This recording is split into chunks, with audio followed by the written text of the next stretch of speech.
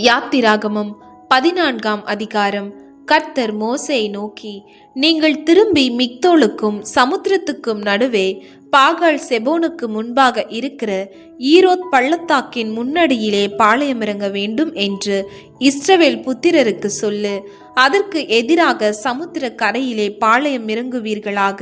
அப்பொழுது பார்வோன் இஸ்ரவேல் புத்திரரை குறித்து, அவர்கள் தேசத்திலே திகைத்து திரிகிறார்கள், வனாந்திரம் அவர்களை அடைத்து போட்டது என்று சொல்லுவான். ஆகையால் பார்வோன் அவர்களை பின்தொடரும்படிக்கு நான் அவன் இருதயத்தை கடினப்படுத்தி, நானே கர்த்தர் என்பதை எகிப்தியர் அறியும்படி பார்வோனாலும் அவனுடைய எல்லா இராணுவத்தாலும் மகிமைப்படுவேன் என்றார். அவர்கள் அப்படியே செய்தார்கள். ஜனங்கள் ஓடிப்போய் விட்டார்கள் என்று எகிப்தின் ராஜாவுக்கு அறிவிக்கப்பட்ட போது, ஜனங்களுக்கு விரோதமாக பார்வோனும் அவன் ஊழியக்காரரும் மனம் வேறுபட்டு, நமக்கு வேலை செய்யாதபடிக்கு நாம் இஸ்ரவேலரை போகவிட்டது என்ன காரியம் என்றார்கள். அவன் தன் ரதத்தை பூட்டி தன் ஜனங்களை கூட்டிக் கொண்டு பிரதானமான 600 ரதங்களையும் எகிப்தில் உள்ள மற்ற சகல ரதங்களையும் அவைகள் எல்லாவற்றிற்கும் அதிபதிகளான வீரரையும் கூட்டிக் கொண்டு போனான். கர்த்தர் எகிப்தின் ராஜாவாகிய பார்வோனின் இருதயத்தை கடினப்படுத்தினார். அவன் இஸ்ரவேல் புத்திரரை பின்தொடர்ந்தான். இஸ்ரவேல் புத்திரர் பலத்த கையுடன் புறப்பட்டு போனார்கள். எகிப்தியர் பார்வோனுடைய சகல குதிரைகளோடும் ரதங்களோடும் அவனுடைய குதிரை வீரரோடும் சேனைகளோடும் அவர்களை தொடர்ந்து போய் சமுத்திர தண்டையிலே பாகால் செபோனுக்கு எதிரே இருக்கிற ஈரோத் பள்ளத்தாக்கின் முன்னடியிலே பாளையம் இறங்கி இருக்கிற அவர்களை கிட்டினார்கள்.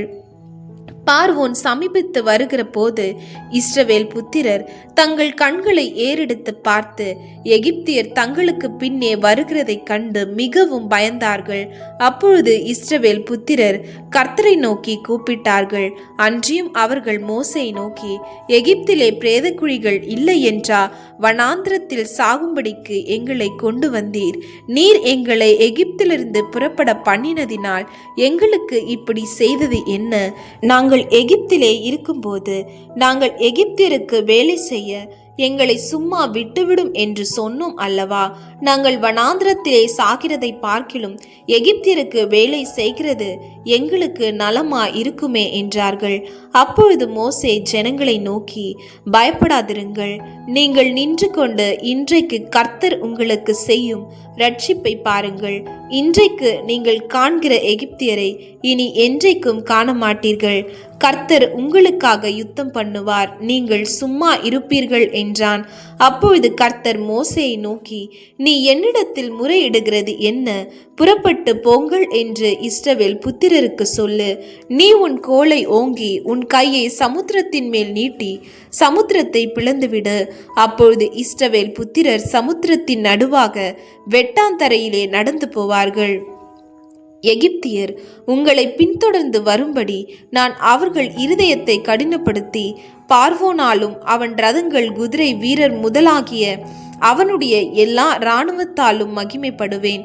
இப்படி நான் பார்வோனாலும் அவன் ரதங்களும் அவன் குதிரை வீரராலும் மகிமைப்படும் போது நானே கர்த்தர் என்பதை எகிப்தியர் அறிவார்கள் என்றார். அப்பொழுது இஸ்ரவேலரின் சேனைக்கு முன்னாக நடந்த தேவ தூதனானவர் விலகி அவர்களுக்கு பின்னாக நடந்தார். அவர்களுக்கு முன் இருந்த மேக ஸ்தம்பமும் விலகி அவர்கள் பின்னே நின்றது. அது எகிப்தியரின் சேனையும் இஸ்ரவேலரின் சேனையும் முழுதும் ஒன்றோடொன்று சேராதபடி அவைகள் நடுவில் வந்தது. எகிப்தியருக்கு அது மேகமும் அந்தகாரமுமா இருந்தது, இஸ்ரவேலருக்கோ அது இரவை வெளிச்சமாக்கிற்று.